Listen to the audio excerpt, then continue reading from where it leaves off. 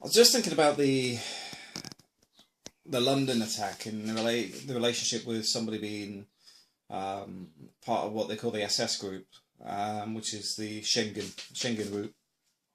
Um, because one of the attackers was basically a person who had travelled to the UK via Ireland with relationship with an Irish woman, etc. In all honesty, the border control in the UK is not good enough anyway. Um, Now, what I mean is the amount of people that have gone through in the back of trucks and whatever is phenomenal. But obviously, people don't want to talk about those things because it puts the emphasis on the government.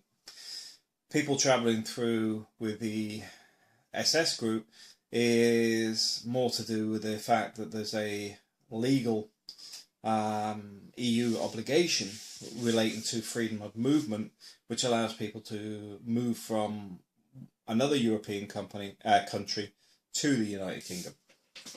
That allows them to, visit the UK, whatever, settle in the UK. But it's not 100% anyway. There is people that I know that have moved to the UK and now asking about moving to Spain. So the point is, I want to separate the two. The first thing is, there's a lot of people that come through into the UK from all sorts. I mean, nobody's questioning about the guy that had connections with Libya, etc., and the family had left, and he'd come back, and they already knew he was involved in things he shouldn't be. Not a lot's been said about that, but there seems to be more of an emphasis on this guy because there's obviously something they can do, which is penalise people that are actually using freedom of movement. So, yeah, I'll just say that it's a bigger problem. At the end of the day, they could focus on cutting down the immigration and blaming the processes for everything, and it's all Europe's fault. Or they could turn around and simply recognise that there is other bigger issues in the fact that a lot of this stuff's been ongoing. A lot of this stuff is not as simple as allowing people to travel to and from the UK, because there's lots of ways and get in as and when they feel like it. It's been shown many a time with people coming in on the Eurostar, coming in the back of trucks, coming in on boats, whatever. Because I think it was under the Labour government, they sort of have no idea, the last Labour government, no idea how many immigrants are even in the UK. Now, I will say with the old May, who I detest more than most, on about getting tough on immigration, she was responsible anyway. She was the Home Secretary. She was responsible for security. And she's going to get tough. Well, she failed at the security for the Olympics. She failed on bringing immigration numbers down. And she was the Home Secretary. So all the buck stopped with her. And I'm not pro-Labour. I'll tell you what, I don't rate Labour at all either. My vote is vote for none of the above. I'd rather have a vote where you could remove people rather than add more. Because quite simply, none of them are really helping the United Kingdom. I know it sounds a bit of a political rant today, but the deficit is not dropping in the UK. There seems to be money being pushed into education where people are coming out with debt, but also qualifications that are absolutely useless. So we've filled all the debt up with housing, so now we're on to the education as the next debt. Where does it stop? Where does it stop? Because at the end of the day, the UK is not producing enough in manufacturing or anything else.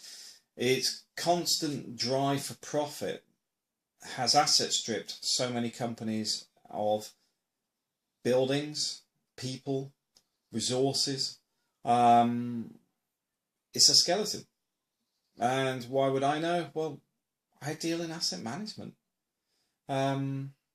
I'll be the first to admit, I mean, I make buildings run. It's as simple as that. I analyse them and see what's wrong with them. I see what they need, and it's not for me to fix it.